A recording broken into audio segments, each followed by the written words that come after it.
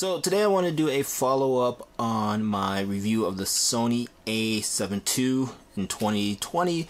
I've been using it for a couple weeks now. I'm going to tell you what I think of it, if I'm keeping it or returning it. So not to keep you guys stringing along, I really like this camera. So far I'm keeping it. I will say, however, I have almost returned this camera 3 times now, just because I didn't know how to use it. Not from like I don't know how to use it, from the functionality. That's pretty simple. But having the G9, which I love, and this is my everyday work camera, I was really struggling to figure out like what would I use this for, And I've decided I'm going to keep it so far to use it as like my everyday camera, and to keep it a small everyday camera. Like this G9, the way I have it rigged out is pretty big. It has a battery grip on it. The lenses I use are a little bit bigger. And so if I take it out, if I'm out and about, let's say at a coffee shop or something, and I'm taking a picture, it looks big, it looks professional, and people, stare, which I don't like, or, they have questions of what am I taking pictures of. Not that I've had anyone ever come up to me and say like, hey, what are you doing? But you just feel a little self-conscious. So with this camera and a couple lenses that I ordered, I haven't received them yet. I think this camera will serve that purpose of I can take it with me everywhere I go and use it for my everyday camera. So what are some of the pros and cons of the A7 II in 2020? Pros, this is a great entry-level full frame camera.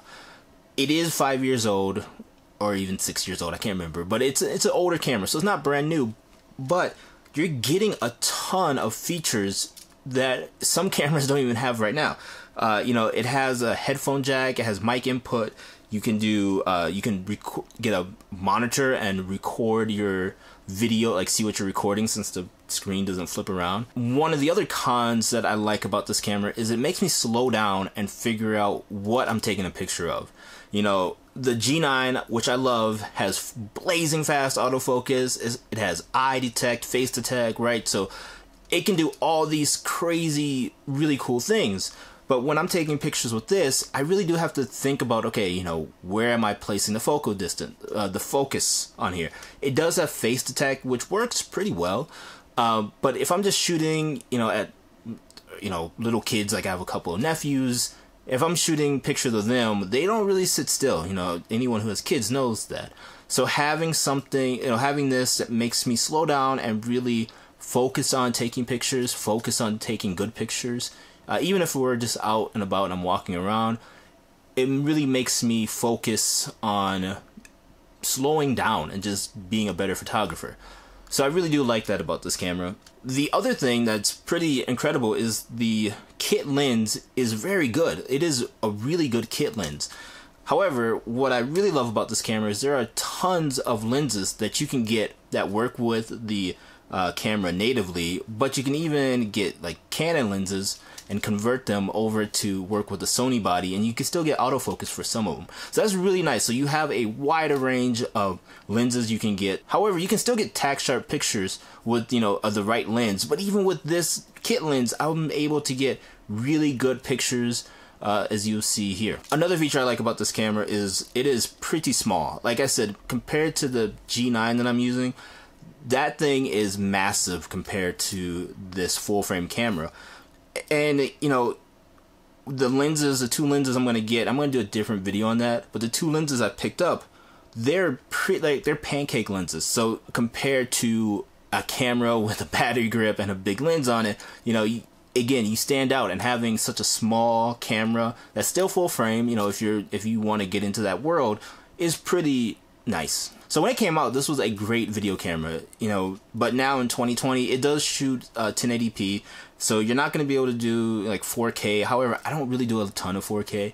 So you can use this, like I said, it has a headphone jack, microphone jack, so you can use this as your A camera if this is, if you're just shooting around and messing around with video and you're not professional. But for me, I do use this as a B camera. It does have in-body image stabilization. Another feature that I really like about this camera is the tilt screen. So It doesn't flip out like the G9 here, right? However, if you're doing any kind of like street photography or you want to like shoot from the hip, it's nice to have a screen that just tilts out 90 degrees like this, or you can tilt it back 45 degrees if you want to get like a higher angle picture, you know, angle it like this and you're looking up at it. It's you know, I like that tilt screen. We'll talk more about the screen in a little bit, but I do like that it tilts down and out like that versus coming out. It's just smaller. And again, paired with a smaller lens, people don't think this is a real camera. Like, they don't think it's a professional camera. They're just like, oh, you're just taking pictures with like a point and shoot camera or something. The other feature I like about this camera, and most cameras can do this, is that you can change the button configuration. So you can really customize the buttons to what you want it to be. You don't have to use the default button layout. I would highly recommend figuring out what you like, you know, and put that within arm's reach. Like, I like having C2 up here be my focus mode, so I can click that button and easily get into the focus mode. So of course there are some cons to this camera, but again, this is a 5-year-old camera, so I'm not going to be too hard on it. The one thing that is a con is the battery grip. Now, I don't have big hands, but I did have to get an extra little piece for this camera so that my pinky wasn't hanging out. But now it feels really good. You know, the battery grip is nice and deep. But that one, it was just a little bit too small for my hands. But with this little adapter, which costs like $50, but it's a metal adapter, you know, it now feels even better. The other thing, and many people have talked about this, you can watch so many other videos, but the Sony menu system is atrocious. It is one of the worst menu systems I've ever used. I don't know if I mentioned in the last video, but I had a Sony camera from years ago, you know, over 10 years ago, and it feels like it's the same menu system. Back then it was bad, and even now it's bad. Like on the G9 here, you can have custom, like a custom page, so you don't you can put all your favorite settings in one view, and you don't have to go digging for them.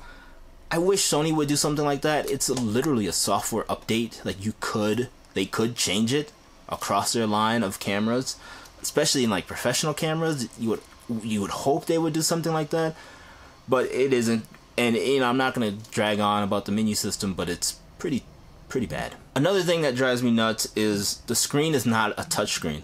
Now, there were touchscreen cameras back when this camera came out, so it's not like it's an age thing.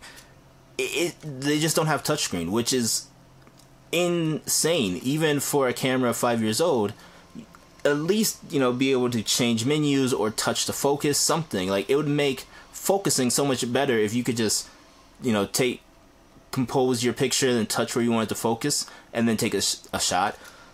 It doesn't have that, which drives me nuts some days, but again, it goes back to the reason why I like this camera. It makes me slow down and figure out what I'm going to take a picture of and kind of pre-focus where I think the shot will be if it's like a picture of a kid. But I wish it did have touchscreen on here. And then lastly, if I'm going to nitpick, the record button is over here on the side, which is really weird. I wish it was, you know, somewhere up here. Like, there's plenty of room up here for another button. I wish it was there, but it is on the side. You know, again, for most video work, I'm putting it on a tripod. I'm locking it down so I don't need to, it doesn't matter where it touches. Sorry if you hear my Roomba going right now. Even with that, I wish they put the record button someplace else. You know, it would be nice. But overall, I really like this camera. And again, if you are someone who wants to get into a full frame camera or just want to play with it like I do, this is a good camera. You know, it doesn't have the highest megapixel count. It's 24 megapixels, but it's a good 24 megapixels. Low light performance is really good. Even for a 5-year-old camera, you're getting really good pictures in low light. Shadow detail, all that kind of stuff. You can really pull out, you know, especially if you shoot raw, you can really pull out a lot of detail in the shadows. it's overall just a really good camera system. Thank you for watching this video. I will have links down below to this camera. It's still on sale for under $1,000. I don't even think it's a sale. I think it's just the price. Under $1,000 with the lens. You're getting a great camera. I highly recommend it. If you do end up purchasing the camera, I will have links down below for you. You can still get it for under $1,000. It doesn't cost you anything extra. They are affiliate links, so meaning I get a small, very small portion of the sale if you buy it from that link down there. If you want to get me a cup of coffee, I love coffee. I have that down there also. Thank you as always for watching this video, and I'll see you in the next one. Talk to you later.